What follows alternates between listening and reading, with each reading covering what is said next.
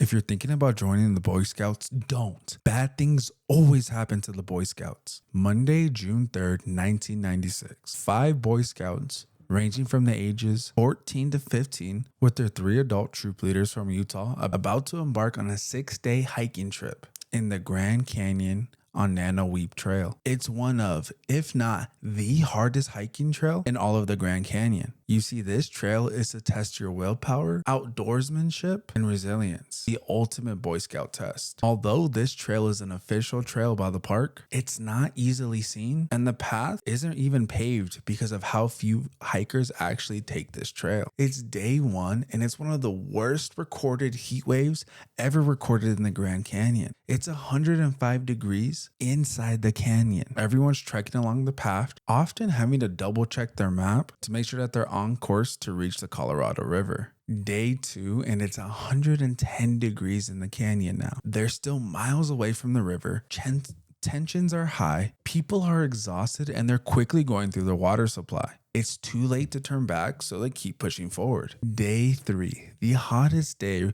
recording at 112 degrees, and they're already all out of water, halfway through their original planned 6-day trip. The river's just a few miles away, and it's still morning when the first adult collapses. The group has to slow down to essentially try to carry this person to safety. Then in the afternoon, the second adult would faint. Everyone's scared. Boys, children, not even old enough to drive yet, are left to try to survive and carry along 2 adults. So they had to make the impossible choice: keep moving forward or stay behind and try to apply first aid as best as they can. They decide to push forward because they could hear the river off in the distance, not too far away, they assume. But soon after making that decision, the final remaining adult and one of the boys, named David Phillips, would collapse on the floor just 100 yards away from the river. 2 of the boys decide to sprint down to the water, try to see if they can wave down any river rafters coming downstream. As far as the last remaining healthy boy, he decided to stay back and try to apply first aid to the adult and to his fellow Boy Scout. The 2 boys that had ran off to the river would come back with nothing more than just some muddy water and no help. Day 4. Early in the morning, the same 2 boys that had just ran off to the river the day before